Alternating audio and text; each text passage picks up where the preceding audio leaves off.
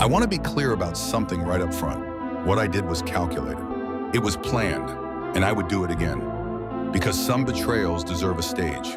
I'm 31. My ex-fiancée, I'll call her Morgan, is 29. My former best friend, I'll call him Travis, is 32. Travis and I had been best friends since the 7th grade. 20 years. He was in every memory I had, every road trip, every stupid decision, every important milestone. When I proposed to Morgan, Travis was the first person I called. He cried on the phone. He said, "Man, you deserve this." He was supposed to be my best man. He was supposed to give a speech about loyalty and brotherhood and growing old as friends. Instead, the night before my wedding, he was in a hotel room with the woman I was about to marry. Here's how I found out. The rehearsal dinner was on a Friday night. Everything went fine. Morgan kissed me goodnight and said she was going to her hotel room to get her beauty sleep. I went back to the groomsmen's suite with the guys. Around midnight, most of them were asleep or drunk.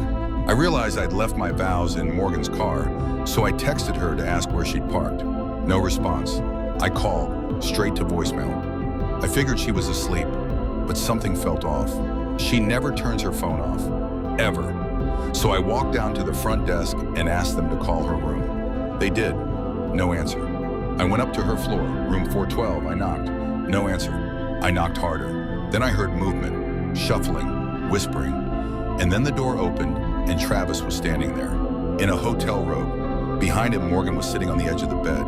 She wasn't crying. She wasn't apologizing. She was just staring at me like I'd interrupted something inconvenient. Travis said, "Bro, let me explain." I looked past him. The bed was wrecked. Her dress from the rehearsal dinner was on the floor. His shoes were next to it. There was nothing to explain. I turned around and walked back to the elevator. Morgan came running after me.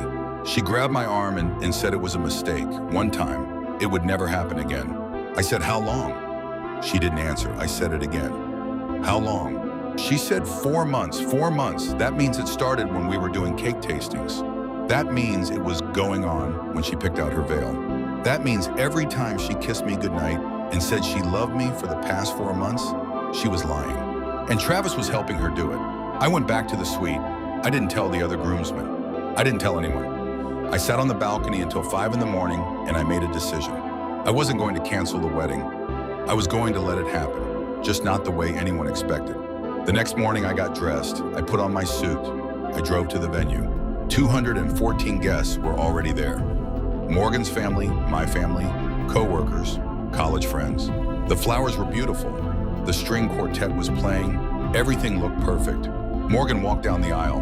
She was smiling. She looked stunning. And for 1 second, I almost broke because I loved that woman. I loved who I thought she was. She got to the altar. The officiant started the ceremony. Then it was time for the vows. Morgan went first. She talked about trust. She talked about being each other's safe place. She was actually crying. When she finished, the officiant turned to me. I reached into my jacket, and instead of pulling out my vows, I pulled out my phone. I connected it to the venue's Bluetooth speaker, and I played a voicemail that Morgan had accidentally left on my phone. 3 weeks earlier, she must have butt dialed me. On the recording, clear as day, you could hear Morgan and Travis together, laughing, talking about how I had no idea. Travis called me a good dude who deserved better but said he couldn't stop. Morgan said, and I quote, "He'll never find out, and even if he does, he'll forgive me. He always does." The recording played for 45 seconds. The venue was dead silent. Morgan's mother put her hand over her mouth. My mother just closed her eyes.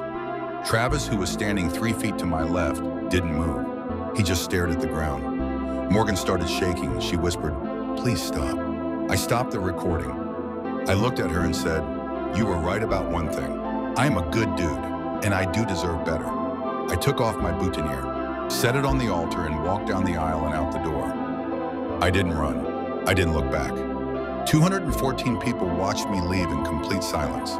My phone blew up within the hour, texts from everyone. Most of my family and friends said I was right. Some of Morgan's family called me cruel. Her dad left me a voicemail saying I humiliated his daughter. In front of everyone she's ever known. I said, "Sir, your daughter humiliated herself. I just gave her an audience." Travis hasn't spoken to me. Morgan sent me a 7-paragraph email 2 days later. I didn't read past the first line, which was, "I know you think what you did was justified. I don't think it was justified. I know it was. Some people will say I should have just walked away quietly. Called it off in private, saved everyone the scene. Maybe they're right. But here's the thing. She had 4 months to tell me the truth in private. She chose not to. She stood at that altar and talked about trust with a straight face. So no, she doesn't get a quiet exit. She gets the truth the same way I got it. In front of everyone. I don't regret it. Not the planning, not the execution, not the silence I left behind when I walked out those doors. The only thing I regret is that I ever trusted 2 people who didn't deserve it. If you're about to get married and something feels off, trust that feeling. Because the truth always comes out. The only question is whether you'll be the one telling it or the one hearing it in front of 200 people.